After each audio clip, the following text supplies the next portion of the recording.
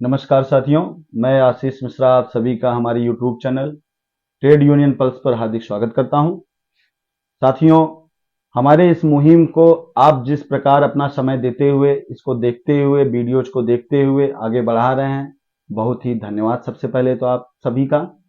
और साथियों, हमारे साथ विभिन्न वीडियो में डायरेक्ट हमारे बीकेएन के संघ के जो राष्ट्रीय महासचिव हैं आदरणीय श्री जहीर अहमद जी, वो पिछली वीडियोज में भी थे और आज भी हम उनसे मुखातिब होते हैं। सर, आपका बहुत बहुत धन्यवाद। और मैं पिछली वीडियोज के लिए भी धन्यवाद करना चाहूंगा कि जब कभी भी हमने संपर्क किया सर से कि सर एक बार डायरेक्ट जो है, क्योंकि इस चैनल का उद्देश्य ही है सर कि जो यूनियन एक्टिविटीज हैं, जो भी हम अपने कर्मचारी भाइयों के लिए कर रहे हैं, उनसे वो दूर ना रहें। ऐसा ना हो कि कई बार चीजें जो छन छन के जाती हैं, जो हमारी एक्टिविटीज हैं, आगे उनके मुद्दे पर हम किस प्रकार कार्य कर रहे हैं, उन तक जब जाती हैं तो उसका स्वरूप कुछ ना कुछ बदल जाता है। अब ऐसे है, यहां है, तो जिसको करना है, जिसकी टीम को करना है, उस टीम के कैप्टन से आपकी डायरेक्ट मुलाकात होती है। आप चाहें तो कमेंट के माध्यम से उसमें लिख भी सकते हैं और लिखते भी हैं, जिसके लिए हम आभार व्यक्त करते हैं आप सभी का। तो इसी क्रम में आज हम बात करेंगे एक, सर जैसा कि जग जाहिर है, हम जब भी बात करते हैं यहां तो नाइंसाफियों की ही बात करते हैं, क्योंकि और कोई मुद्दा तो होता ही नहीं है। आज भी हम एक ऐसी नाइंसाफी की बात करेंगे यहां जो कि बहुत ही अपने आप में गंभीर और संवेदनशील विषय है, क्योंकि ये नाइंसाफी आम कर्मचारी के साथ साथ उसके साथ हो रही है जिसका ओहदा एक, अगर कहें कि राष्ट्र को समर्पित अपना जीवन जो करके यहां आया है, राष्ट्र के प्रति अपना सब कुछ परिवार को छोड़ते हुए जिसने एक लंबा कैरियर चुना था, उसके पश्चात यहां एफसीआई में जो नौकरी कर रहा, मैं बात कर रहा हूं एक्स सर्विसमैन, हमारे जो सम्मानित एक्स सर्विसमैन है, उनका जो वेतन निर्धारण है उसमें जो विसंगतियां व्याप्त हैं, उसको लेकर के आज हम बात करेंगे। और सबसे पहले तो मैं बताना चाहूंगा कि जो एक्स सर्विसमैन के वेतन निर्धारण से संबंधित विसंगतियां थी, वो उसको लेकर के बीकेएन के संघ शुरू से ही, प्रारंभ से ही बहुत ही संवेदनशील, गंभीर रही है। और इस दिशा में मैं आज हमारे बीच यहां उपलब्ध नहीं है, आदरणीय संजीव कुमार जी भी हमारे एक्स सर्विसमैन हैं और लखनऊ यूनिट के हमारे अध्यक्ष हैं। उनका भी धन्यवाद देना चाहूंगा कि उन्होंने बढ़ चढ़ के उस चीज को लीड करते हुए, नेतृत्व करते हुए आदरणीय श्री जहीर अहमद जी के नेतृत्व में चीजों को आगे बढ़ाया। और मैं अब यहां जानना चाहूंगा सर, पहले तो एक शॉर्ट में आप ये बता दें, क्योंकि कई बार लोगों को पता नहीं होता, इनकी संख्या भी आम कर्मचारियों की तुलना में कम है, लेकिन मैं ये मानता हूं इनजस्टिस कहीं भी हो, किसी भी लेवल का हो, उसकी कोई भी क्वांटिटी हो, वो अक्षम्य होती है। और इसीलिए आप एक थोड़ा संक्षिप्त विवरण दे सर, जो है कि एक सर्विसमैन के वेतन निर्धारण की विसंगतियां से संबंधित जो मुद्दा है क्या, और हमारे क्या एफर्ट्स हुए हैं, ये जो लेटेस्ट कोई अपडेट है वो क्या है सर। धन्यवाद आशीष जी। और मैं पुनः आपका धन्यवाद करूंगा। अभी आपने बात कही कि आप मेरे लिए कह रहे थे कि मैं समय निकाल कर, जबकि मेरे लिए अच्छी चीज है, मैं इसको बहुत अच्छा मानता हूं कि जो बातें हैं वो लोगों तक आसानी से पहुंच जाए। और जो हमारा मकसद है, देखिए मैं एज ए कर्मचारी यहाँ पे काम कर रहा हूँ इस डिपार्टमेंट में, और एज अ लीडर उनकी जिम्मेदारी मेरे ऊपर आती है उन कर्मचारियों की। इसको जस्ट इस तरह से जस्ट देख लें कि एक ऐसा रास्ता मैं बनाने की कोशिश कर रहा हूं जिस रास्ते पर मुझे खुद भी चलना है। हाँ, तो जितना बेहतर वो रास्ता होगा वो मेरे लिए भी बेहतर है। तो इसलिए ये एक दूसरे के साथ जो जोड़ने की जो एक जो भावना होती है वो ऐसे ही पैदा हो पाती है। हर व्यक्ति की जो समस्या है उसको आप अपनी समस्या मानिए। एक लीडर की सबसे पहली पहचान यही है कि उसको मानना पड़ेगा। अगर वो समस्याओं को सिर्फ व्यक्तिगत अपनी समस्या को समस्या मानेगा और दूसरी समस्या को समस्या नहीं मानेगा, यानी दूसरे कर्मचारियों की, तो फिर वो एज अ लीडर जो है रिकॉग्नाइज नहीं हो सकता। यही हम लोगों ने अपने जो हमारे सीनियर्स थे उनसे सीखा है, और संघ, बीकेएन के संघ में जो हमारे पास लीडरशिप रही है, आप स्टार्ट कर दें चाहे विंजानी नारायण जी से, आप स्टार्ट कर दें एम के रघुपति जी से, आप स्टार्ट करते करते आप आ जाइए त्यागी जी और दुग्गल जी तक जी। हमेशा इन लोगों का, जब मैंने इनके साथ जो त्यागी जी और दुग्गल जी को तो मैंने देखा है और उनके साथ मुझे काम करने का थोड़ा जो है मिला था, मौका मिला, तो मैंने इन लोगों को बड़े करीब से देखा था कि ये लोग हमेशा जो है प्रॉब्लम्स को बड़ा जो है समझने की कोशिश करते थे कि लोगों की प्रॉब्लम्स है क्या और उसके सोल्यूशन हम कैसे ला सकते हैं। बस इसी चीज के ऊपर हमें जो है, और मैं इसको जो है ईश्वर का बड़ा जो है धन्यवाद करता हूँ कि उसने जो है इस जगह पे मुझे आज बैठाया हुआ है। कल मैं अगर नहीं रहूंगा तो मैं चाहूंगा कि यहाँ एक ऐसा व्यक्ति बैठे जो हम लोगों की बात को सुने। तो जैसे कि हम एम्प्लॉय साइड से जो चीज सोच रहे होते हैं, जब हम यहाँ बैठे हों, अगर हम उस चीज से आंख मूंद लें तो फिर जब हम एम्प्लॉय साइड पे जाएंगे तो हमें वही चीज बुरी लगेगी। तो मैं चाहूंगा जब मैं एम्प्लॉय की साइड पे बैठा हूँ और जो कोई व्यक्ति यहाँ आकर के बैठे जनरल सेक्रेटरीशिप पे, चाहे वो रीजनल सेक्रेटरीशिप पे, तो वो कम से कम एम्प्लॉयज की सुनने वाला हो, उनकी समस्याओं का समाधान करने वाला, ताकि मुझे राहत मिले एज ए कर्मचारी। इसी तर्ज पे हम लोग चल रहे हैं। बाकी जिस समस्या की बात आपने अभी आज छेड़ी है, ये बड़ी जो है अंदर से झकझोरने वाली बात होती है कि हम एक ऐसे मुद्दे को यहाँ पर उसके लिए संघर्ष कर रहे हैं जिसने अपना पूरा, मतलब समझिए 15 से 20 साल या 22 साल जिसने संघर्ष के मतलब अपने जो है दिन बिताए हैं। एक आर्मी में जो है जॉब करना, एक नेवी में जॉब करना, आप एक जो है एयरफोर्स में मतलब आप जाके जॉब करना बड़ा टफ काम है। परिवार सबसे बड़ा टफ ये है कि आप परिवार से हजारों मील की दूरी पर होते हैं, आप परिवार के आसपास नहीं जो है होते, और आपको बहुत कम मौके मिलते हैं इन जो है अपनी सर्विस पीरियड में अपने परिवार के साथ रहने। कितने ऐसे कर्मचारी होंगे, कितने ऐसे जो है एक्स डिफेंस जो है या एक्स सर्विसमैन उनको कहिए, कितने ऐसे लोग हैं जिनके माँ बाप उनसे बिछड़ जाते हैं और वो आखिरी टाइम पर उनका जो है उनका चेहरा तक नहीं देख पाते। बिल्कुल ऐसी भी सिचुएशंस में जो है लोगों ने काम किया है। फिर जब भारत सरकार स्टार्टिंग पॉइंट से ही, हम जब बात करते हैं आजादी के बाद से, 52 की बात कर लें, 58 की बात कर लें, जब भी डिफेंस की तरफ से हमेशा उनके लिए हमेशा सरकार ने कोशिश की है कि उनको बेहतर से बेहतर जो है जीवन दिया जाए। इसके बाद यहाँ पे जो सर्विसेज दी हैं उसका कुछ एक उनको मतलब एक मौका ऐसा दिया जाए, तो ताकि जब जिस समाज में वो जा रहे हैं वहां पर एक तरह से अपने आप को उनके जो चलता हुआ समाज है उसके साथ वो कम से कम मेन स्ट्रीम में आ सके, अगर इस चीज पे आप देखें। और इसी का पार्ट था एफसीआई। पिछले लगभग 59 साल का तो पूरा हो चुका, अब 60 साल का होने वाला है। इतने लंबी जो है ये जर्नी रही है एफसीआई में, और इस एफसीआई की इस जर्नी में जब से एफसीआई काम कर रहा है, एक्स सर्विसमैन, जो डिफेंस के लोग हैं वो रीएम्प्लॉयमेंट के तौर पर यहाँ आते रहे। और इसीलिए आपने जो नए बच्चे हैं एफसीआई में आए हैं उनको ये देखना चाहिए कि हमारे स्टाफ रेगुलेशन में इनके लिए कहां पर इनको ले जाकर के जो है राहत दी गई है, कहां पर है वो ऐसा कौन सा पॉइंट है जहां से जो स्पेशली इन्हीं के लिए है, स्पेसिफिकली इन्हीं के लिए है। तो आप देखेंगे रेगुलेशन 85, रेगुलेशन 85 को जब आप देखते हैं तो उसमें आप रेगुलेशन 81 देखिए पहले, ठीक है। रेगुलेशन 81 एफसीआई में एंटर करने वाले डायरेक्ट रिक्रूटमेंट के लोगों के लिए जो है प्रावधान करता है कि वो उनका जो है उनको कैसे जो है यहाँ पर जो है एंट्री मिलेगी, कैसे फिक्सेशन होगा। लौट करके आइए 85 पे। 85 स्पेसिफिकली बोलता है सिर्फ और सिर्फ एम्प्लॉयमेंट री एम्प्लॉयमेंट की बात करता है, और उनकी बात करता है जो स्टेट या सेंट्रल के जो है जॉब से सुपरएनुएट होकर के यहाँ आते हैं। अब वहां आप समझिए सुपरएनुएशन किनका है, सुपरएनुएशन सिर्फ और सिर्फ डिफेंस के लोगों का ही तो मैक्सिमम होता है, या फिर अगर देखा जाए स्टेट में और जो है उसमें बहुत कम ऐसे लोग होंगे जो जहां पर मुझे नहीं लगता कि कोई जो है इस जगह पर जो है सुपरएनुएट होकर यहाँ आता है। जो स्पेसिफिकली ये चीज मेंशन की गई थी हमेशा से, वो सिर्फ इन्हीं के लिए था, और हमेशा से इनको इसमें सुविधा, इनको जो लाभ था वो दिया जाता। अब लाभ है क्या आखिर, सबसे पहले कि ये क्या है, जो समस्या है इस समस्या के बारे में हम लोग बात कर रहे हैं, ये है क्या।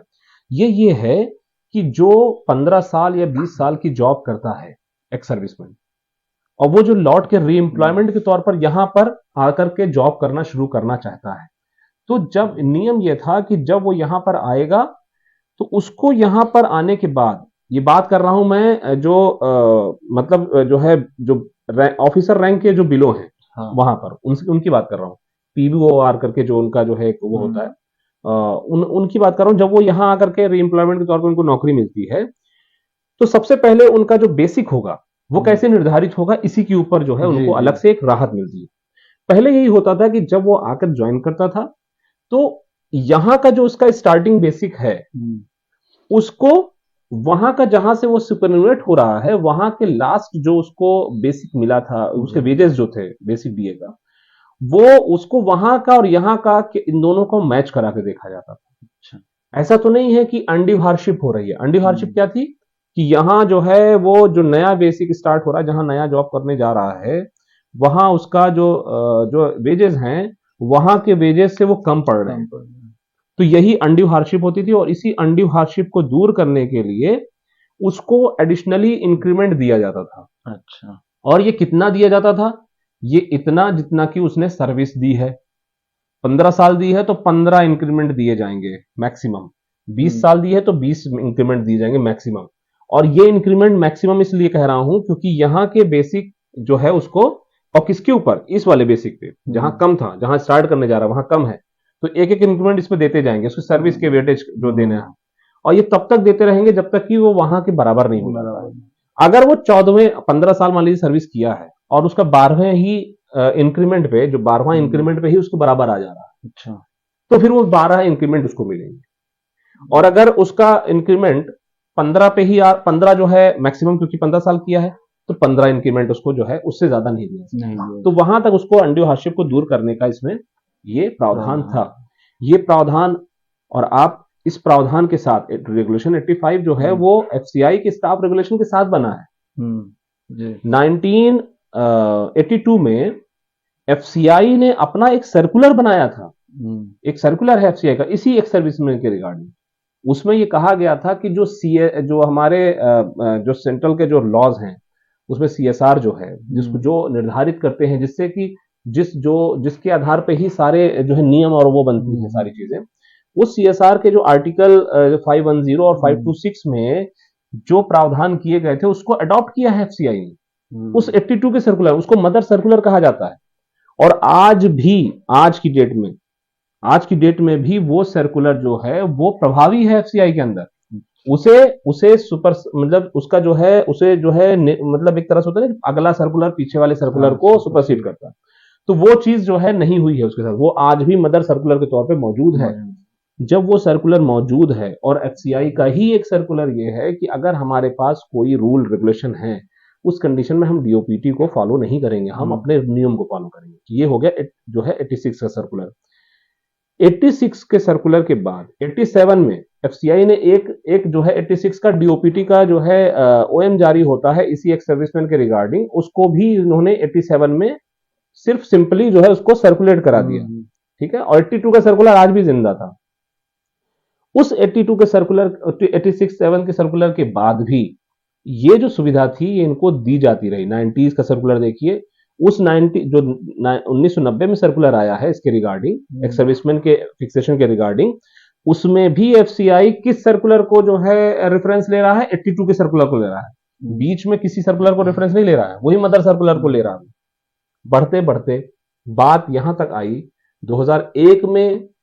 मैं आपको बताऊं, एक केस भी हुआ था दिल्ली जो है उसमें जो दिल्ली की जो है हाई कोर्ट ऑफ जो है दिल्ली है, उसमें एक केस भी गया था लक्ष्मी नारायण के नाम का। ये 2001 का मैटर है। उसमें क्या था कि लक्ष्मी नारायण ने क्या किया था, उसमें उसने सीनियरिटी भी मांग ली थी। मैं आपको सिर्फ इसलिए एग्जांपल दे रहा हूं कि इसको आप समझ लें कि ये सुविधा पहले दी जाती रही है। उस लक्ष्मी नारायण के केस में एफसीआई सेकंड पार्टी था, मतलब रिस्पोंडेंट था। सॉरी, एफसीआई जो था वो जो है उसमें नहीं, इसमें एफसीआई ही रिस्पोंडेंट था। और वो जो है अपीलेंट था। उसकी डिमांड ये थी कि इसको जो है सीनियरिटी भी दी जाए एम्प्लॉय को। एफसीआई मैनेजमेंट ने वहां एफिडेविट दाखिल किया और उसको एग्जामिनेशन भी दिया है, एग्जामिनेशन किया है कोर्ट ने। कोर्ट ने एग्जामिन करके ये बात कही है कि एफसीआई के जो रेगुलेशन जो 85 है उसके आधार पर तो आपको सर्विस वेटेज दिए जाने का है मैटर। आपको सर्विस वेटेज आपको पे फिक्सेशन में दिया जा रहा है, जो कि इनके पास एक्ट में, इनके रेगुलेशन में दिया गया है।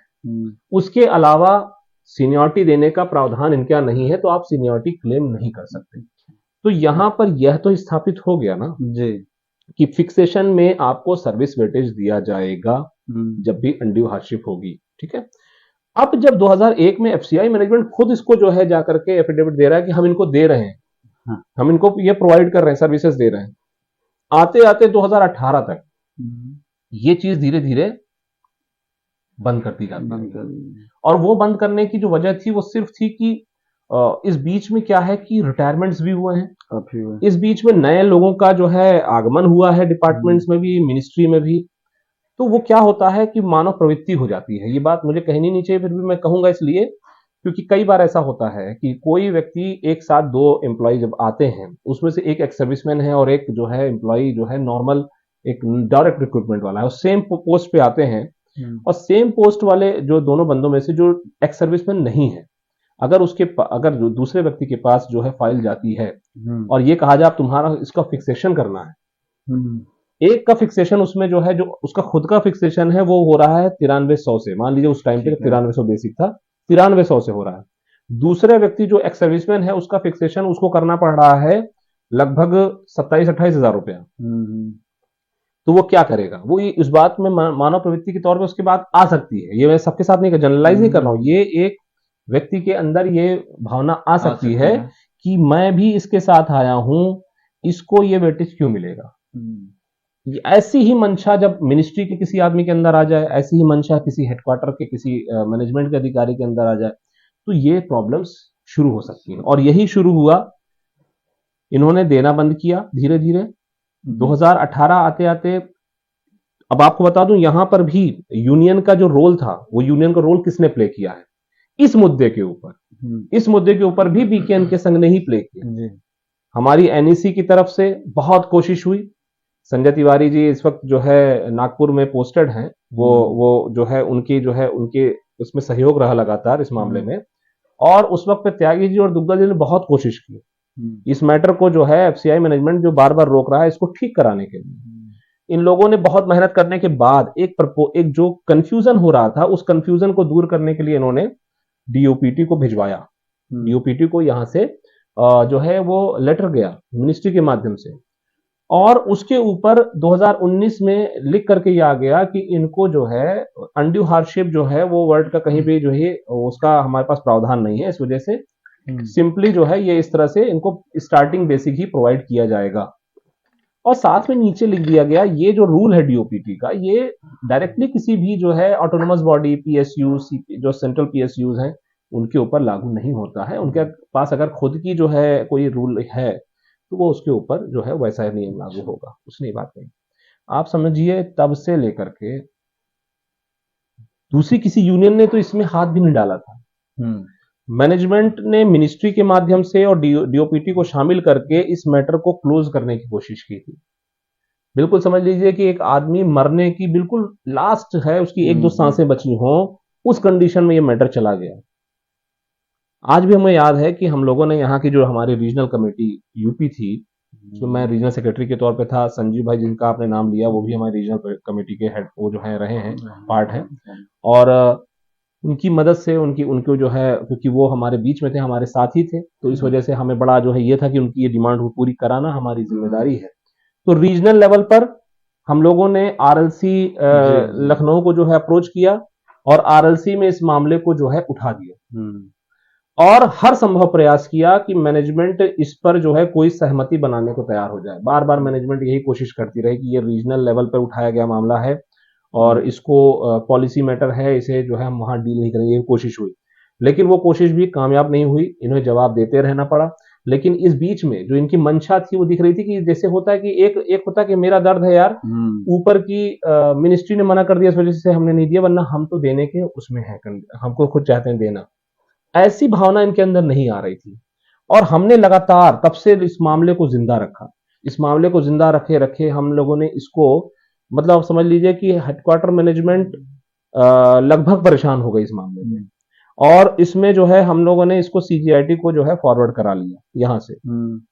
इस बीच में जब हमें एनईसी की जिम्मेदारी भी हमारी टीम को जो मिली है यहाँ पर, तो उसमें हम लोगों ने लगातार तब भी ये कोशिश की कि किसी तरह से मामला सोल्यूशन की तरफ बढ़े और उसी का नतीजा ये था कि इस बार की जो पीरियोडिकल मीटिंग में भी फिर से ये डिस्कशन लेकर के आए थे, डिस्कशन लेकर के गए थे। तो वहां मैनेजमेंट का ये कहना होता है कि अगर सीजीआईटी में मामला है तो आप डिस्कस क्यों कर रहे हैं। हमारा ये कहना है कि आउट ऑफ सेटलमेंट का भी कुछ होता है मैटर ना भाई, पार्टी दोनों है जी, आप भी पार्टी हम भी पार्टी, और हम एज अ पार्टी जो कि हम ही ने केस दाखिल किया हुआ, अगर हम चाहते हैं कि और समाधान भी आप ही के माध्यम से मिलना है, अगर हम लोग बाहर कोर्ट के बाहर भी कोई जो है समझौता अगर कर लेते हैं तो हमें कोर्ट जाने की जरूरत ही क्यों पड़ेगी, कोर्ट का हम काम कम से कम रखेंगे। बहरहाल हमने उनका जो कंफ्यूजन था वो भी दूर करने की कोशिश की, वहां पे संजय तिवारी जी भी मौजूद थे, उन्होंने भी बहुत कोशिश की, और फिर उसके बाद फाइनली हम लोग जो है मैनेजमेंट के साइड से ये हमें ये जो है अपनी तरफ से एक जो है आश्वासन मिला कि इसमें जो प्रपोजल यूनियन का है, जो भी हमें अपनी बात कहनी है, हम दोबारा से इसको डीओपीटी को हम भेज सकते हैं मिनिस्ट्री के माध्यम से, जो कंफ्यूजन है उसको दूर कराने के लिए।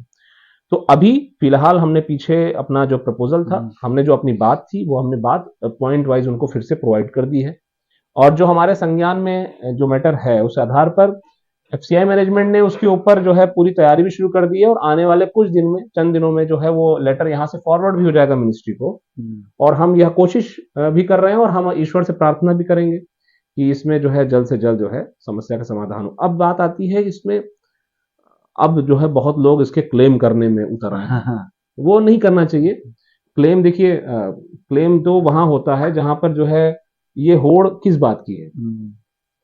अगर आप चलिए मान भी ले, आप रिकॉग्निशन के लिए कोई होड़ लगा रहा है कि मुझे कल के आने वाले चुनाव में रिकॉग्निशन मिलने के लिए जरूरी है कि मैं लोगों के बीच में जाऊंगा और इसमें मैं ये बता सकूं कि ये मैटर हमने उठाया था, कभी ये मैटर हमने भी उठाया था। तो अगर सिर्फ इतना मकसद है तो ये मकसद पे ईश्वर आपको कभी कामयाब नहीं करेगा। अगर आपका ये मकसद है कि हम किसी चलती हुई जो है धारा में अपने हाथ भी भिगो ले, तो हम ये कह देंगे कि ये धारा को हमने ही बहाया है, तो ये चीज आप कभी भी, ईश्वर आपको सफल नहीं करेगा। ईश्वर आपको सफल तभी करेगा जब आपने उसमें मेहनत की हो, जब आपने उसमें पसीना बहाया हो। मैं ये बात इसलिए कह पा रहा हूं क्योंकि हम लोगों ने इस मामले के ऊपर इतना जो है मतलब एक होता है कि क्रिटिसिज्म भी झेला है इस मामले के ऊपर, जो है पॉइंट्स के ऊपर मैनेजमेंट के साथ धक्के भी जो है एक तरह से मैनेजमेंट की साइड से खाए हैं, इसमें मामले को बहुत करीब से देखा है, और हमारा जो है ये एक्स सर्विसमैन जो हमारे हैं उनको न्याय दिलाना ये हमारा कर्तव्य है। और इस मामले के ऊपर जो आने वाले कुछ दिन में, या मान लीजिए कि अब तो देखिए बहुत सिंपल सी बात है, रेगुलेशन में अगर कोई बात लिखी है, अगर रेगुलेशन में हमें ये जो है इस बात के लिए हमें जो है वो प्रावधान किया गया है कि हमें फिक्सेशन मिलेगा, तो हमें उन्हें देना मतलब प्रोवाइड करना पड़ेगा, और हम उसके लिए ये मानते हैं कि न्याय भले ही देर से मिलेगा लेकिन न्याय मिलेगा। इसके लिए हम अपने जितने भी एक्स सर्विसमैन भाई हैं उनको आश्वस्त करते हैं कि वो जो है इसमें धैर्य बना के रखें, निकट भविष्य में इस प्रॉब्लम का जो सोल्यूशन है वो हम जरूर लेकर के आएंगे। निकट भविष्य में जो सलूशन की बात हो रही है, तो और एक और अन्याय है जिसको न्याय मिलने तक बहुत विलंब हो जाता है। मैं बात कर रहा हूं ओटीए की। ये अक्सर मतलब फील्ड से अक्सर ये चीजें आती हैं। हालांकि मैं ये मानता हूं कि हमारी यूनियन ने समय समय पर जो नियम कानून, कायदे कानून होने चाहिए कर्मचारियों के लिए कि कोई बंधुआ मजदूरी ना हो सके, उसके लिए समय समय पर सर्कुलर्स भी निकलवाए हैं और क्लैरिफिकेशन भी निकलवाए हैं। फिर भी ये सुनने में आता है कि छुट्टी वाले दिन, जीएच वाले दिन, सैटरडे संडे को ऑफिसेज फील्ड्स खुलवा लिए जा रहे हैं, रेक्स लोड की जा रही हैं, अनलोड की जा रही हैं। उसके बाद एफसीआई का सारा काम होगा, भूकंप आए चाहे आपदा आए, लेकिन बस नहीं होगा तो वही ओटीए टाइम से नहीं होगा। तो कर्मचारी बहुत ही मतलब एक काम करने से परहेज नहीं है, ये तो आप भी मानते हैं सर। बिल्कुल। पर समस्या इस बात की है कि हमारा जो श्रमदान होता है, एक जो परिवार का समय होता है, उसको काट कर हम देते हैं। जब घर में बच्चा इंतजार कर रहा होता है कि पिताजी, माताजी या जो भी हैं कि आ जाएंगे 5:30 बजे, 6 बजे, उसके बावजूद भी हम उसके समय को जो है हम यहाँ यूटिलाइज करते हैं। उसके बावजूद भी हमें एक जो ओटीए मिलना चाहिए, जो कि हमारा हक होता है, वो भी समय से नहीं मिलता है। या कहीं कहीं ऐसी भी प्रथा है सर कि ऐसा ट्रेंड भी चला दिया गया है कि क्लेम ही ना करो अब तुम, हालांकि इस ट्रेंड को मैं उचित नहीं मानता, क्योंकि आप ट्रेंड क्लेम नहीं करते तो आप अपने अधिकार को छोड़ रहे हैं।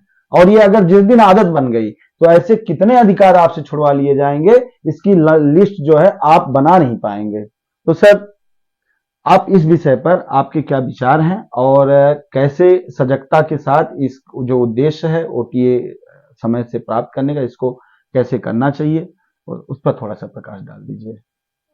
देखिए आशीष जी, इस मैटर में एक्चुअल में क्या है कि हमें और आपको ये समझना पड़ेगा कि ये मैटर आते क्यों है, हाँ। इस तरह की चीजें आती क्यों है। जिस साइड से आपको मिलना है वो हमेशा ये कोशिश करेगा कि आपको कम से कम दिया जाए जी। क्योंकि मैनेजमेंट का सबसे पहला जो बिजनेस प्रिंसिपल यही है कि कम से कम रिसोर्सेज में ज्यादा से ज्यादा प्रोडक्शन, यही है। चाहे वो एफसीआई में बिजनेस नहीं देखते हैं लोग, लेकिन जो इसका प्रिंसिपल है, जब इसके कॉर्पोरेशन एक्ट में आप जाएंगे तो वहां लिखा ही है कि बिजनेस प्रिंसिपल पे काम करेगा। तो इसका प्रिंसिपल ही है कि कम से कम जो है खर्चे में ज्यादा से ज्यादा प्रोडक्शन लाना। अब बात आती है कि ये क्या है, ये ओटीए कोई आपका अलाउंस, एक वर्ड जो है ओटीए का, ओवर टाइम अलाउंस वर्ड, और अलाउंस वर्ड लिख दिया गया है, ये हमारी सुविधा के लिए नहीं बना है। और इसी वर्ड की वजह से देखिए यहां जो कंफ्यूजन लोगों के बीच में आता है ना, इस कंफ्यूजन को ही खत्म करने के लिए, दूर करने के लिए हम लोगों ने बड़ी लड़ाइयां लड़ी जी। आपके वेज विजन होने से पहले।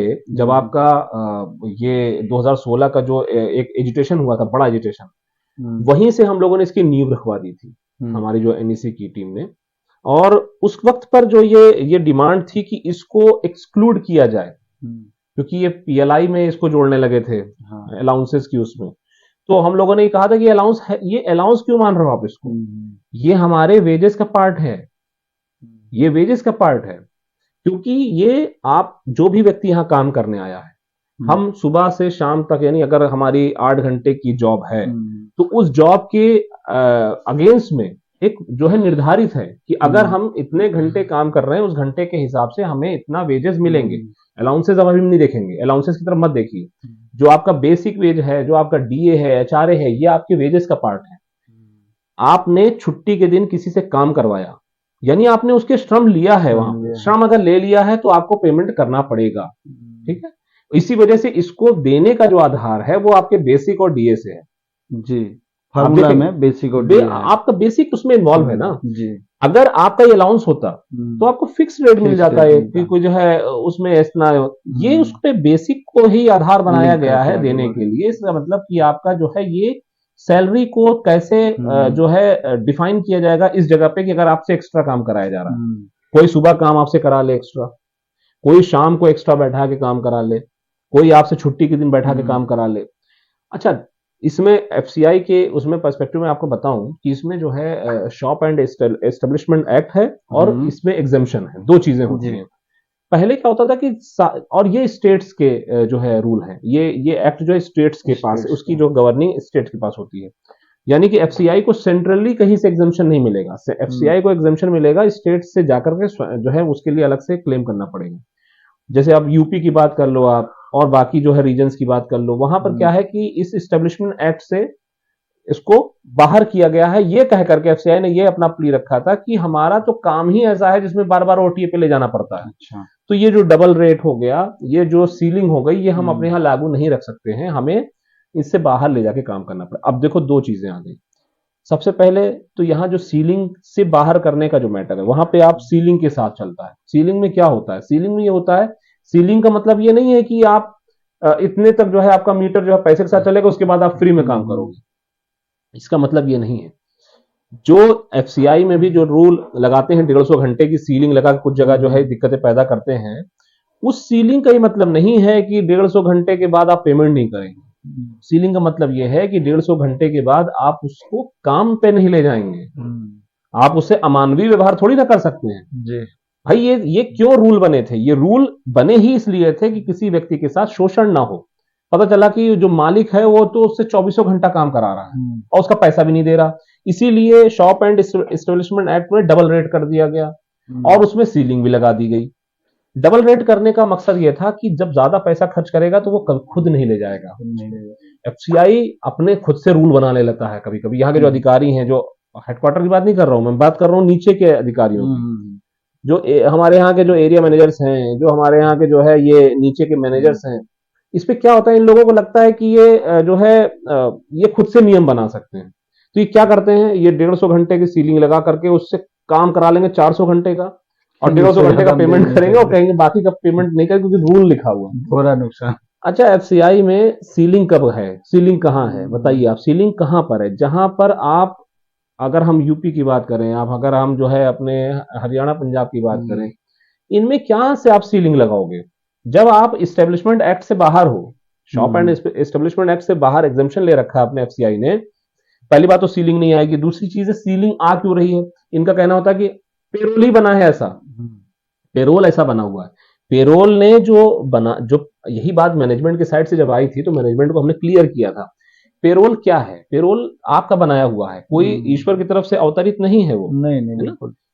पेरोल बनाने वाले व्यक्ति को जो जो जिसको भी आपने टेक महिंद्रा काम दिया था कि किसी और कंपनी काम दिया था, ये आप जानते होंगे, वो जो टेक्निकल हैंड था उसको क्या पता कि सीलिंग लगनी है कि नहीं लगनी है? ये बताने वाला कोई हमारे यहाँ का व्यक्ति रहा होगा। जिस वक्त पर ये बन रहा था उस वक्त पर क्या था, आप सर्कुलर देखोगे 2012 का एक सर्कुलर है, जो ओटीए का एक सर्कुलर था, ठीक है, और वो सर्कुलर जो है वो 2013 में वो कैप्टन एवियन से कर दिया गया। ये भी आप देखा होगा, यूनियन का बड़ा जो है बवाल हुआ था उस सर्कुलर पे। सर्कुलर जब बना था उसमें उसमें सीलिंग का वर्ड आया था, उसमें सीलिंग 150 घंटे की सीलिंग, ये सब चीजें उसमें की गई थी। तो उस पर यूनियन जो है उस पर अगेंस्ट में उसमें काफी लड़ाइयां हुई थी उस टाइम पे। 13 में उसको जो है कैप्टन एवियंस कर दिया गया, और फिर कैप्टन एवियंस का मतलब ये हो गया कि उसके पीछे के जो सर्कुलर्स हैं वो चलेंगे, वो काम नहीं करेगा, वो रुका हुआ है। एफसीआई मैनेजमेंट का जो भी अधिकारी रहा होगा जिसने उस टेक्निकल हैंड जो भी था जो पेरोल बना रहा था, उसको जब वो बनवा रहा था तो उसमें क्या किया, उसने बाय डिफॉल्ट पेरोल में 150 घंटे की सीलिंग को टिक करवा दिया उसने, ये सोच करके कि ये तो सर्कुलर है, सर्कुलर में पहले से ही लगा रहेगा तो पेमेंट ही नहीं होगा। अब जब वो बाय डिफॉल्ट लग गया तो लकीर के फकीर की तरह से हमारे यहाँ के जो कुछ अधिकारी हैं उसी को लिए आगे चले जा रहे हैं। वो क्या करते हैं, पेमेंट किसी का 400 घंटे का जाएगा तो कहेंगे पेरोल में तो जो है 150 घंटे ज्यादा हो ही नहीं सकता, इसलिए इसको काट दो। जबकि वहां की अथॉरिटी का ये काम है, क्योंकि ये तो बन चुका है, पेरोल अब बन चुका था, और ये जो है इनको अगर ये प्रॉब्लम आ रही है तो इनको हेडक्वार्टर्स को बोलना चाहिए था कि वो टिक वहां से हटवाया जाए, वरना वो टिक वहां की अथॉरिटी के पास पावर है कि उसको हटा सकती है। सिर्फ सिंगल एक टिक को जो है हटाना है और पेमेंट करना शुरू कर देना, बाकी के डिस्ट्रिक्ट्स में सही पेमेंट हो रहा है। हाँ। तो अब यहां पर इस पॉइंट के ऊपर मैं बहुत जो है शॉर्ट में ये बात बोलना चाहूंगा, हर एम्प्लॉय को ये सोचना चाहिए और बहुत संजीदगी के साथ ये चीज दिमाग में रख लेनी चाहिए कि जो अधिकार उनको मिले हैं, ये अधिकार इतनी आसानी से नहीं मिले हुए हैं। जी बिल्कुल। हमारे जो पूर्वज हैं, जो हमारे जो लोगों ने इतनी मेहनत करके हमारे, अब आप पढ़ना शुरू करते हैं तो ऐसी ऐसी कहानियां आपको मिलेंगी जिसमें शोषण की बिल्कुल परम जो है जो पराकाष्ठा होती थी ना, वो तक लोगों ने सहन की है। और ये जो नियम हम तक बन के आए हैं ये बहुत मेहनत के बाद बन के आए हैं, और अगर नियम बन के हमारे तक पहुंच चुके हैं तो इनको लाभ लेना, ऐसा नहीं होगा कि हम लेटे हुए और लाभ अपने आप मिलेगा। हर दौर में ये कोशिश की जाएगी कि वो लाभ आपको ना मिले। लिखा होना अलग चीज है, उसको लेना अलग चीज है। आप तभी ले पाएंगे जब आप लेने के लिए खुद से अंदर से इच्छा रखेंगे। अब जब आपने ये बात कही है ना कि क्लेम, इस मामले में देखिए हर चीज की कुछ दायरे होते हैं, मैनेजमेंट के भी अपनी कुछ पावर्स हैं, उसका इस्तेमाल करके वो आपका रोक सकती है। ठीक है, रोक लिया उसने, आपके पास यूनियन है, आपके पास यूनियन अगर है तो यूनियन के पास भी बहुत सारे अधिकार हैं, आप क्लेम जरूर करिए। बात यही आती है कि जब आप बात उठा देते हैं कि हमें नहीं मिल रहा है, अगर यूनियन जाकर के मैनेजमेंट से बात करती है कि उसको क्यों नहीं मिल रहा है, तो मैनेजमेंट का सबसे पहले कहता है हमारे पास कोई भी बिल पेंडिंग नहीं है, पेंडेंसी हमारे पास है ही नहीं। यानी कि अगर उसको डरा के धमका के जैसे भी करके मैनेजमेंट, उस जगह का जो एरिया मैनेजर था, उस जगह का जो है जो बाकी के अथॉरिटीज थे, उन लोगों ने उससे क्लेम नहीं होने दिया, तो यार ये इतना आसान है कि जो है आपसे क्लेम नहीं होने दिया और आपने क्लेम किया भी नहीं। आपके पास वहां की कमेटीज हैं, आपकी डिस्ट्रिक्ट कमेटी है, आपके वहां के रीजनल कमेटी है, आप उनको स्वयं लिखिए और इसका विरोध करिए। अभी बहुत सिंपल हर बार मैं ये बात कहता हूं लोगों से, हमारी जमीन का जो टुकड़ा है, हम जिस घर पे हम रहते हैं, जहां पे हम रहते हैं, वहां पे हमारे फादर के नाम पर वो घर होगा, हमारी मदर के नाम पे वो जमीन होगी, जो भी होगा, कोई तीसरा व्यक्ति बाहर से आए और ये कहे कि अब ये जमीन के ऊपर मेरा कब्जा है, तो क्या हम चुपचाप निकल के जाएंगे और बाहर खड़े हो जाएंगे कि आओ भाई अब हमारे यहाँ रहने लगो, बाहर जाते आते लोगों से ये रोते रहेंगे कि ये देखो हमारे घर में ये घुस गया है? हम क्या करते हैं, हम सबसे पहले उसका विरोध करते हैं। वो विरोध हम वहां कर लेते हैं, यहाँ क्यों नहीं करते? ये जो भी अटैक है वो आपकी सर्विस कंडीशन के ऊपर है। आपका कोई अधिकार छीनने की कोशिश कर रहा है और आप उसको मौका दे रहे हैं। और ये जो भी अधिकार पेपर्स पे लिखे हैं वो आपको तब तक मिलते रहेंगे जब तक आप उसको लेने की, आपके पास अधिकार को लेने की ताकत है। अधिकार लिखे रह जाएंगे और आप उनका जो है अगर नहीं लेना चाहते हैं, आप सोचेंगे स्वयं से मैनेजमेंट आएगी और मैनेजमेंट स्वयं से कहेगी नहीं है तो अधिकार तुम्हारा है तो ले लो। तो ये कभी किसी दौर में नहीं रहा है। ये तो गनीमत है कि आज के वक्त में चीजें लिखी हुई हैं, आज की जेल में लिखी हुई हैं, वरना पहले के टाइम पर अधिकार लिखे नहीं होते थे। लोगों को लेने के लिए लड़ना पड़ता था, हर अधिकार के लिए लड़ना पड़ता था। आज हम अपने लिखे हुए अधिकार को नहीं ले पा रहे हैं, उसकी वजह है कि हम लड़ना नहीं चाहते। हम बहुत सारे उसमें फैक्टर्स हैं क्यों नहीं लड़ना चाहते। हम सिर्फ ये कहते हैं अपने छोटे से फायदे के लिए अपना लंबा नुकसान मत कराएं या अपने अगल बगल के लोगों का नुकसान ना कराएं। आपके एक सर्विस कंडीशन की समझौते के ऊपर हजारों कर्मचारियों की चीजें जो है डिपेंड करती हैं। ऐसा कोई भी काम कोई कर्मचारी ना करे जिसका खामियाजा दूसरे कर्मचारियों को भुगतना पड़े। बस ओटीए के लिए इतना है, आपने काम किया है तो उसका पैसा आपको मिलेगा, ये आपका अधिकार है और आपका अधिकार आपसे कोई नहीं छीन सकता अगर आप चाहते हैं तो। और अगर आपका अधिकार आपसे एक चींटी भी छीन लेगी अगर आप चाहें तो, बिल्कुल दोनों ही चीजें हैं। तो इसलिए आपकी इच्छा पे है, आपके लिए उसी चीज की लड़ाई के लिए, उसी चीज के अधिकार को ना कोई छीन पाए, इसलिए आपके पास यूनियंस है। आप अपनी यूनियन का उसमें जो है इन्वॉल्वमेंट रखें ऐसे मामलों में, और आप अपने क्लेम को लेना बंद ना करें, क्लेम जरूर करें। पेमेंट तो आपको वो करेगा ही करेगा, मैनेजमेंट की ये मजबूरी होगी कि वो आपको पेमेंट ला करके आपके हाथ में दे। साथियों, आपने अभी देखा हमारे आदरणीय राष्ट्रीय महासचिव श्री जहीर अहमद जी विस्तार पूर्वक एक्स सर्विसमैन का जो वेतन निर्धारण से संबंधित एक अवसर भी हमें मिला, जो है कि कैसे कैलकुलेट किया जाता है वो चीजें, चाहे हम एक्स सर्विसमैन हो या ना हो, पता तो होनी ही चाहिए। वो आपने देखा समग्रता के साथ। उसके पश्चात ओटीए के बिंदु पर भी आपने देखा कि मैनेजमेंट कितनी चालाकी से जो सीलिंग उसको कह सकते हैं एडमिन अनुभाग में लगाना चाहिए कि 150 घंटे से ज्यादा आदेश जो है कार्य करने के लिए ना निकले, वो सीलिंग लगती है भुगतान के समय कि आपने काम कर लिया लेकिन सीलिंग हम नहीं देंगे। तो मैं तो मैनेजमेंट से कहूंगा कि भैया कोई ऐसा फैप वैप लाओ कि वहां एडमिन में भी लगा दो। काम करवा ले रहे हो, उसके बाद जो है भुगतान के समय कहोगे कि आपकी सीलिंग है। वो सीलिंग है जब काम कर रहे थे तो उस समय कहां थी। तो फिलहाल आप सजग रहेंगे, आपके अधिकारों की लड़ाई लड़ने के लिए आप ही के सहयोग से, आप ही की यूनियन है, ये आश्वासन आपको इस चेयर से लगातार मिल रही है। और न सिर्फ आश्वासन है, आगे भी हम समग्रता से आपके अधिकारों की लड़ते रहेंगे। साथ ही साथ मैं अपने बीकेएन के संघ के जो डिस्ट्रिक्ट कमेटियां हैं उनसे भी निवेदन करूंगा, अगर कोई कर्मचारी ये क्लेम करता है, कहता है जो है हमारे ओटीए 2 महीने हो गए, 3 महीने हो गए नहीं आया है, हाँ, तो आप कृपया करके अपने जिले के, अपने मंडल के जितने भी ओटीए से संबंधित पेंडिंग केसेज हैं उनके नंबर ऑफ आवर्स ये संकलित करके अपनी स्टेट कमेटी या फिर उससे पहले यूनियन के लेटर पैड पे आप मैनेजमेंट के साथ ये मुद्दा जरूर रखिए, क्योंकि उनके अधिकारों की लड़ाई लड़ने का कार्य सिर्फ और सिर्फ किसी का है तो हमारा है, आपका है और किसी का नहीं है। अगर वहां भी मुद्दे का निवारण नहीं हो रहा है तो अपने राज्य समिति को लिखिए, वहां से जो भी संभव वो है उसका सलूशन वो लिया ही जाएगा, और जो रिटर्न में है, जो अधिकार हमारे रिटर्न में, उसको तो हम लेंगे ही।